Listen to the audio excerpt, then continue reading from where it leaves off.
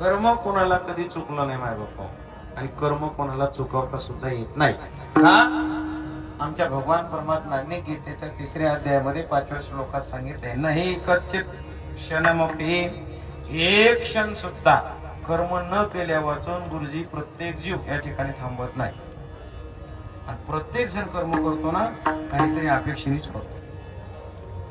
ध्यानात सरळ भाषेत सांगू का, त्याचं नेमकं आउटपुट काय मिळतं. आता वारी केली, काय मिळालं पाहिजे?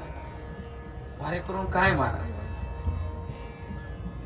पाप पुण्याची भाषा तुम्हाला आम्हाला कळते म्हणून आपण वारी करतो. कधी पुण्य करत असताना पाप करतो. पुण्य करत जाता पाप हे की नाही?